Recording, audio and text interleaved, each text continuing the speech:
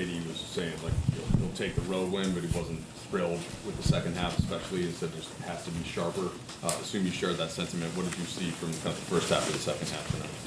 Well, I'll say our team in that first half probably played our best half of basketball, and it wasn't mistake-free. I mean, I think you could make a legitimate case. We should have had 83.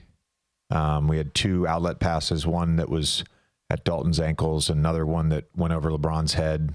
That's 4 points. And then, Dalton's charge, there were 2 guys wide open. We talked about that at halftime. It's like as good as we can play offensively.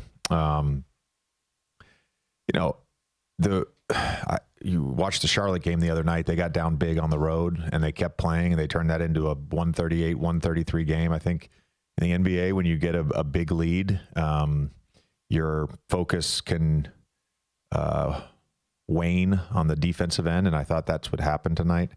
But you also have to give them a lot of credit. They play really hard. They keep playing, and I think for our team, all of that movement and driving, like it was tough for us to guard the other day with Cleveland, and it was tough for us to guard tonight.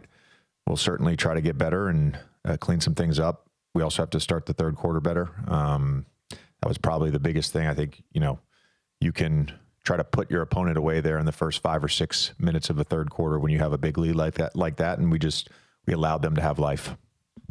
For AD specifically, 38 more points, he's every night it's been like that. And you talked about this a lot going into the season, but did you anticipate, this level of efficient scoring and the totals being up? I did. What? Yeah, I did. And it's funny tonight. We ran a few things for him, but it wasn't like we featured him. I think it's a testament to how we envision our offense.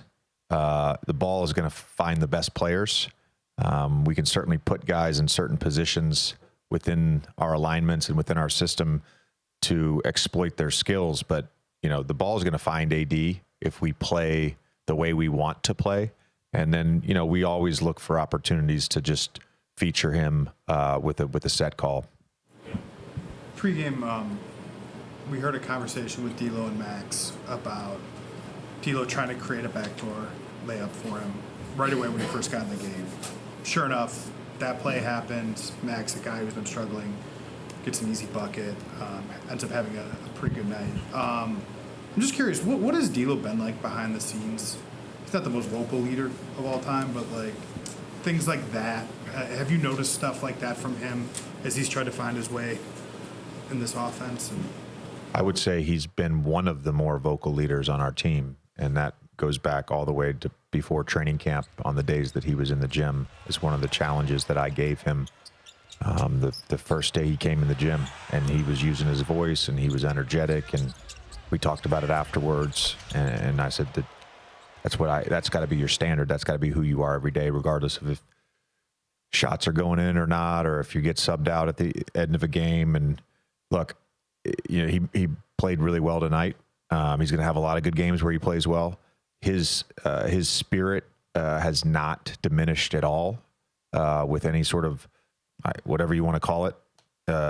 Shooting struggles to start the season.